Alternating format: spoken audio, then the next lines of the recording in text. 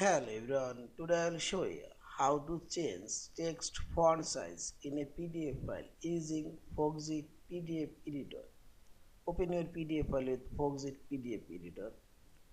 Now click on this edit option.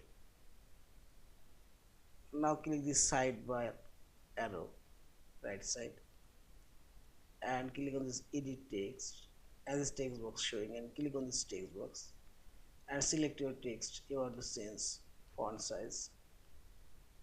I'll change this text font size and this font size. I'll make it 24. Also I'll make it bold. And see this text font size now says.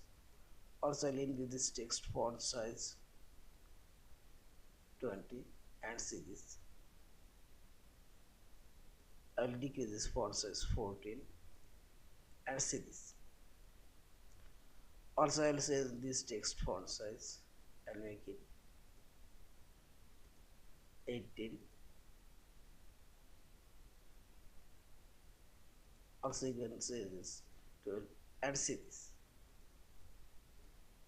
In this way we can change text font size in your PDF file. Yeah, and finally select this file option, save or save as your PDF file. Thank you for watching. Please subscribe, like, share and comments.